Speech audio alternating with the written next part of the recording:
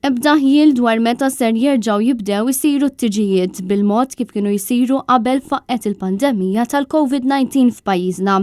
Dan hekk kif il-Ministru għat-Turiżmu Clayton Bartolo għażel li jinjora mistoqsija li għamillu Net News waqt li kien qed jindirizza konferenza tal-aħbarijiet il-ġimgħa wara nofsinhar. Dan ifisser li daw kollha li kellhom il-pjan li jiżżewġu f'dawn ix-xhur li ġejjin għadhom b'qalbhom imtertqgħu ma jafux ser jiġri minn dan il-jum speċjali għalihom. Flimbu wkoll id-diversi negozji li jipprovdu servizzi fit-tiġijiet. Bħalissa t-tiġijiet huma mwaqfa kompletament u jistgħu biss isiru qudies ta' żwieġ mingħajr ebda festin wara.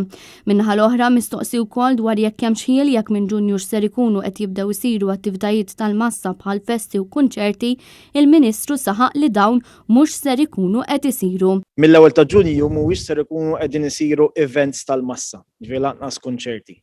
Il-Ministru saħaq li qabel ma jibdew isiru attivitajiet tal-massa trid tittieħed deċiżjoni mill-awtoritajiet tas-saħħa.